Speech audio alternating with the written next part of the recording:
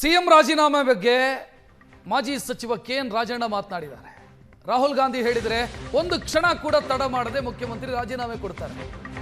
ರಾಹುಲ್ ಹೇಳದಂತೆ ಕೇಳ್ತೀನಿ ಅಂತ ಸಿಎಂ 10 ಬಾರಿ ಹೇಳಿದ್ದಾರೆ ಅಂತ ಕೆಎನ್ ರಾಜಣ್ಣ ಸಿಎಂ ರಾಜೀನಾಮೆ ಬಗ್ಗೆ ಮಾತನಾಡಿದ್ದಾರೆ.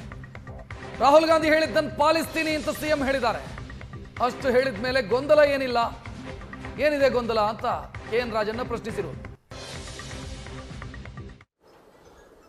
ನೋಡಪ್ಪ, ಅವ್ರ ತಲೆನಲ್ಲಿ ಏನಿದೆ ಅಂತೇಳಿ ನಾವು ಊಹೆ ಮಾಡಲಿಕ್ಕೆ ಆಗೋದಿಲ್ಲ. ಇದ್ರೂ ಇರ್ಬೋದು, ಇಲ್ಲದೇ ಇದ್ರೂ ಇರಬಹುದು. ಹಾಗಾಗಿ ಏನಿದೆ ನೋಡೋಣ. ಈಗ ನಮಗೇನೋ ಇದಾಗಿತ್ತು, 30 ತಿಂಗಳು ಅಂತ ಹೇಳ್ತಾ ಇದ್ದಿದ್ದನ್ನು ಕೇಳಿದ್ದೀನಿ ನಾನು. ಆ ರೀತಿ ಏನೂ ಆಗಿಲ್ಲ ಅಂತಕ್ಕಂಥದ್ದು ಕೇಳಿದ್ದೀನಿ. ಮತ್ತು ಪದೇ ಮುಖ್ಯಮಂತ್ರಿಗಳು ಸ್ಪಷ್ಟನೆ ಕೊಟ್ಟಿದ್ದಾರೆ. ನನಗೇನು ಆ ಥರ ಇಲ್ಲ.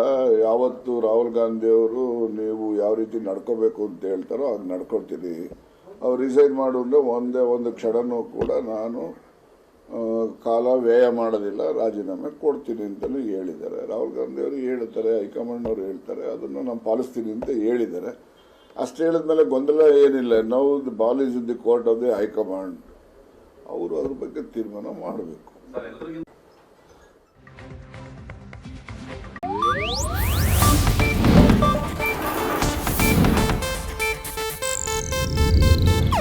ಇದು ಏಷ್ಯಾನೆಟ್ ನ್ಯೂಸ್ ನೆಟ್ವರ್ಕ್ ಪ್ರಸ್ತುತಿ.